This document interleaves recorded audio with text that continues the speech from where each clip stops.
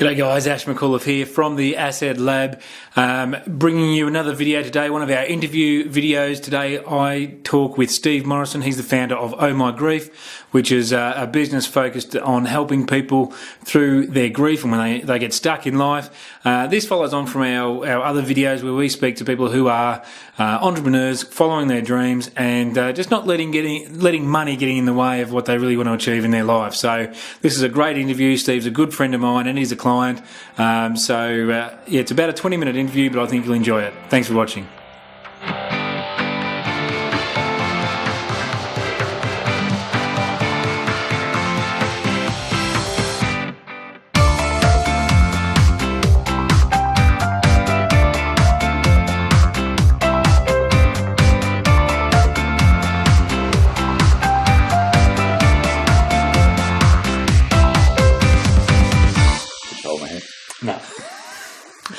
G'day guys, Ash McAuliffe here from the Asset Lab and welcome to another one of our interviews. I'm joined today by my friend Steve Morrison. Steve is the founder of Oh My Grief, which is not, may or may not be what it sounds like, but Steve, maybe you can enlighten us as to the purpose and mission of Oh My Grief. Yeah, sure. Oh My Grief started, I guess, as a result of being involved in the funeral industry and people in grief. I've done over 1,000 funerals myself, and I've been involved in pastoral care for 24 years. So I've sat and worked with a lot of people who are, really in some desperate spaces. And my studies, I'm doing a doctorate looking at the impact of grief and faith. Okay. And so from an intellectual basis or an academic basis, I got it. But it was more about what about just the, Mr. and Mrs. down the road who are just struggling. Yeah. And so I wanted us to provide something that was simple, understandable language, caring, but actually had a real element of hope to it.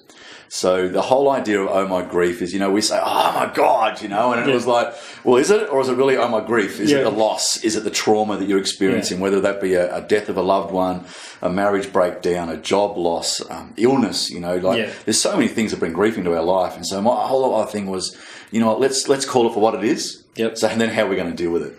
And so that's where it was birthed from. I probably spent a year or two thinking about it. Yep. But we launched in April of this year, just a couple of months ago. Wow. Okay, so fairly new. Yeah. Well, and to give people a bit of a background, your day job is a pastor at the Apostolic Church. Yeah. And so that's exposed you to a lot of grief, I guess. So tell us about that. Well, about a lot of input from there. Yeah, a lot of people, I guess. I've sat with a lot of people. But in my own choice, I've then gone down into study, and I studied after I had my master's degree, I studied at Flinders University, grief, loss and trauma counselling. Okay. So I sort of upskilled to that. And then I've always been involved in the funeral industry, again by choice, which sounds crazy. Yeah. People say, why are you in that? Because I'm an extrovert, I love life, I love a good joke. I guess at the end of the day, I'm really committed to trying to bring hope to people. Okay. And this is an area where I think I know I can make a difference in. Yep. So definitely. 24 years of pastoring enabled me to deal with every walk of life. Yep. And every situation. Every little problem and those sort of things. So. I probably just narrowing that down and go, you know what, the area that I'm probably most comfortable and perhaps seeing the best outcomes. Yep. So you've the area of loss. You've narrowed down where you can make the biggest impact. Totally. Yep. So in those situations where no one knows what to say, it's your job to know what to say. Yeah. Right. And so also I think knowing when not to say anything at all is just as important, isn't it? Completely. I talk often about the 3 H's of grief. Yep. So let's say... Here's a takeaway, guys. Get pen and pad out. Here's the 3 H's. The 3 H's of grief. So I come over to your place. You and Lisa are there. There's just been, let's say, Granddad's just died. Yep. But we did lose a dog recently. That was you did. Your son told me just the other night about he's in heaven. Yep. And I think he's getting better and coming back. He said. So I'm not sure how that works. Anyway, he knows something we don't, right? So we come over to your house. You're really close to Granddad. So it's really impacted you significantly. Well, what am I going to do when I turn up? Maybe it's a mum or a dad or a brother or a sister or, it's just a deep, deep impact. So what do we do? This is what I tell people all the time about the 3 H's. The first thing is hang around. Yep. Don't get in the way, but hang around. So that might mean in our thing, I might SMS you each day and just say, "Hey, you doing okay?" Or "Can we drop a meal over?" Yeah. Do you want us to pick the kids up? Just sort of. Some people will want you there a lot. I would sort of probably be one of those people that just come and hang out. Yeah. I think my wife would be like, "Just give me my space." See, we need to sort of work out. But the whole idea of hanging around is I'm available. Yeah. The second H is to hug. Now, what I mean by that is not necessarily give someone a hug. Again, use my wife and I as an example. I'm happy to give anybody a hug. I like a good hug. I'll give anyone a hug. Yep. Guy, girl, couldn't care less. Naomi, she'll put the hand out and shake it. Yeah, nice. So don't come around giving her a hug. That won't help her at all. It's a metaphorical hug. Yes, it is. Yeah. So what do I mean by it? What I mean by it is I'm prepared to get into your pain. I'm prepared to share your pain, experience your pain. I'm prepared to go, you know what, Ash, it wasn't my loss, but I get it, mate. Talk, cry, whatever you want to do, yell, scream. Yeah. It's okay. I'm happy to connect. Yep. So you're hanging around, just being available. The hug idea, just be prepared to step into someone's world. And then the final one, and I think, if anything, is probably the most important, is hush. Hush. Just shut up. Yep. We just say the stupidest things at the stupidest time. And Because we don't know what else to say, right? Exactly. Yeah. So we try to fill the awkward space. Well, maybe we should just have the space or just have the silence.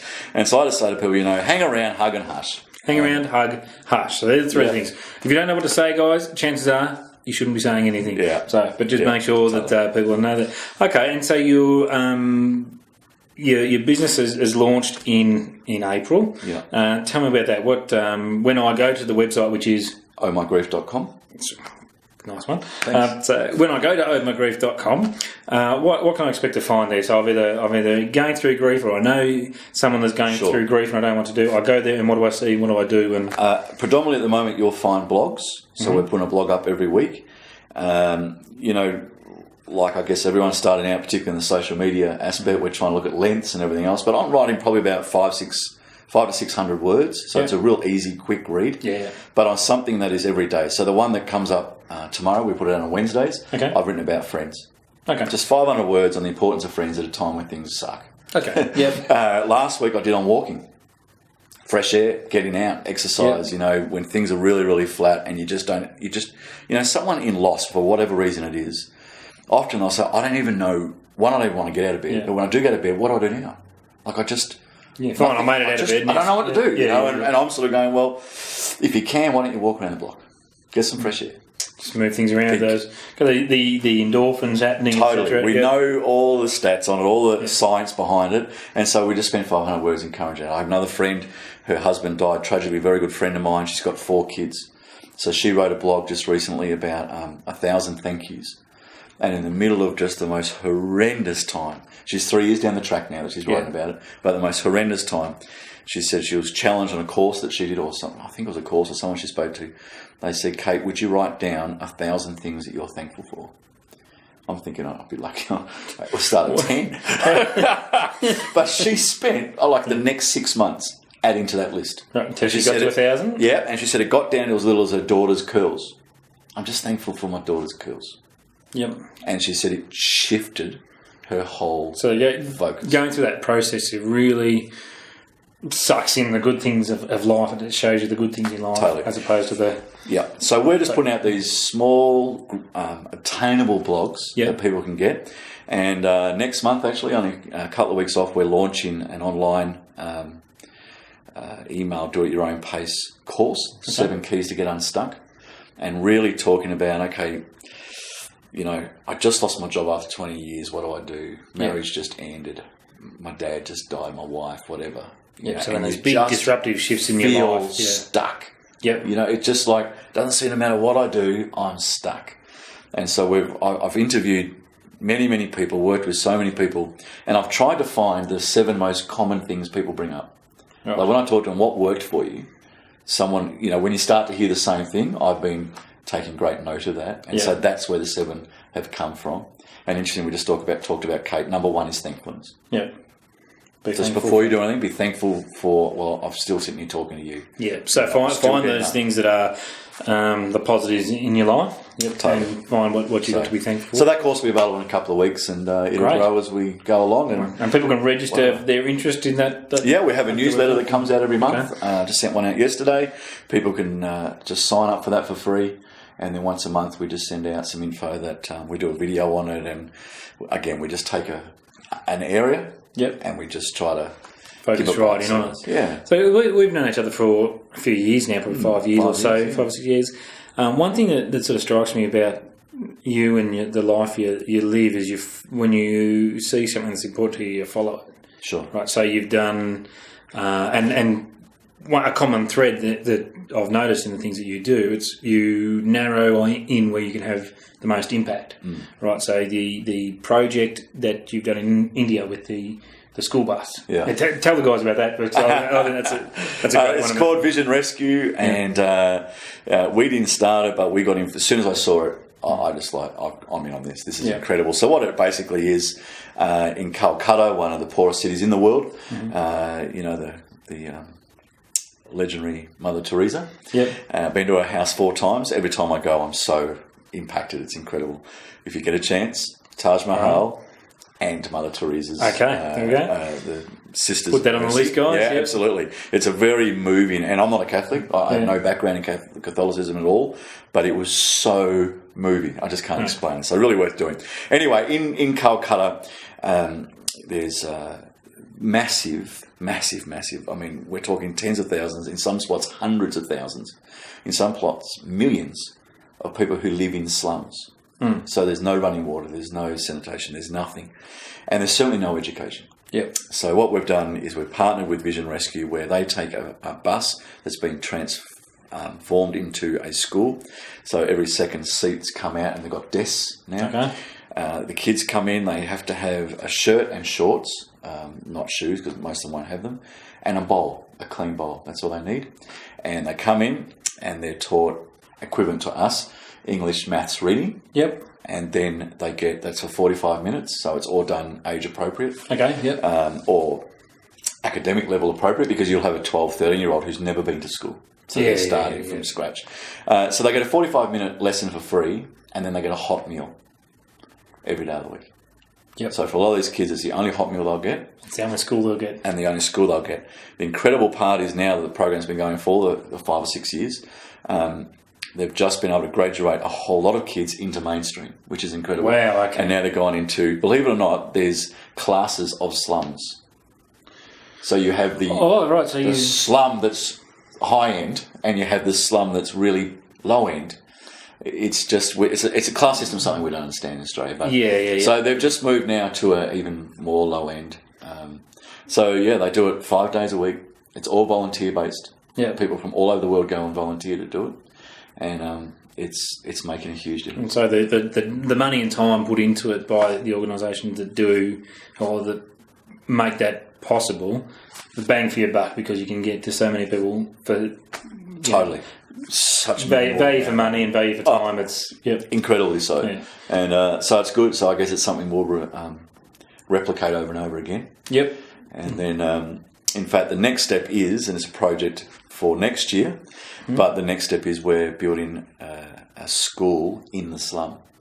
Okay. So and it won't be the first school you guys have built? No, we've got them in different places, but the idea is, we can bring the bus in, but how many more kids could we get? Because we can only put about 30 kids at a time. 40 kids at a time. So could we do 400, 4,000 if we had big venues? So, we're just looking at that. Pretty exciting. Yeah, that is exciting.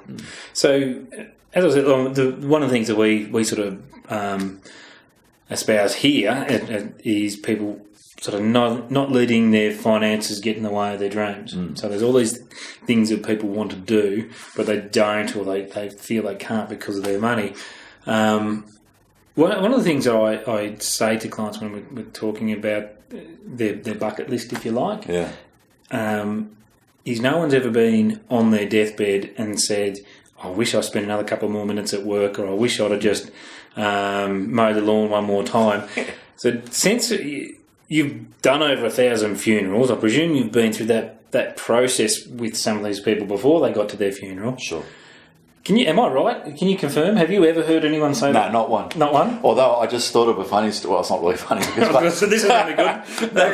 A funny funeral story, guys. Get ready. A friend of mine's brother, who was terminally ill, had to go into hospital the next morning. In the morning. And as he was about to leave, he noticed that he hadn't cut his grass, and it really annoyed him. So he thought, well, I've got a little bit of time. He went back and he mowed his lawn, and he went into hospital, and he actually died that afternoon.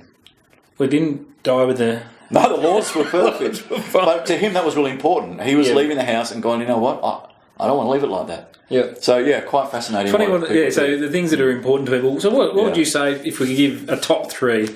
Top three, is regrets the right word? Top three wishes? I mean, I know for myself that there'll come a time where I will give anything for one more moment with the people I love. But what are the things that stand out? It's really interesting because usually our immediate thought to that is, I just wish I spent more time with family. Yeah. And that's completely true, unless you've got a really smashed up family. Yeah, look, I like mine. Look, and I like mine. But again, we go down the generalisation is very much that, so perhaps that's not the case. A lot of people say friends, things that they love. But there's no one fits all. But you're right. One size fits all, you're right. I've never heard anyone say, I wish I had gone to work. Well, although, in saying that, I actually love what I do. Yeah. So I'm certainly not going to say I wish I had spent less time, because I actually love what I do. Yeah, that makes it a little bit easier. When you're doing something that you're passionate about, then I don't feel like I missed my time or misused my time. Yeah. It's a really great question, is to stop and think about, okay, at the end, what do I want to be known for? Yeah, what do I want to be remembered for? And what am I going to leave? Yeah, so important, as you say, at the asset lab. I mean, I went before I went on my first significant trip overseas to the slums. I went and saw a financial planner and said, I need to get everything in line and right for my family in case. Yep. So, in fact, my first trip was to South Africa. And I just had this sense. I remember that trip. Right. Well, actually, you're my financial planner. So I came and saw you, and I said, "This is what I'm going. What happens if I die?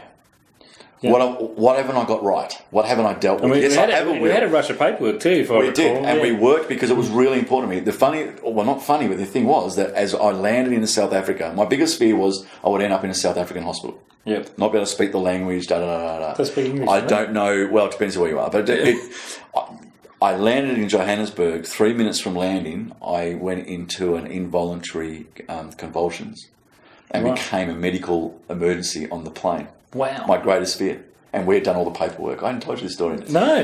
So would have been good to know. They come in on the plane. The medical team comes in on the plane. I'll never forget it because the Zulu lady did this thing up. The blood pressure on my arm nearly fell off. I just had to plead with her to stop doing any more squeezes.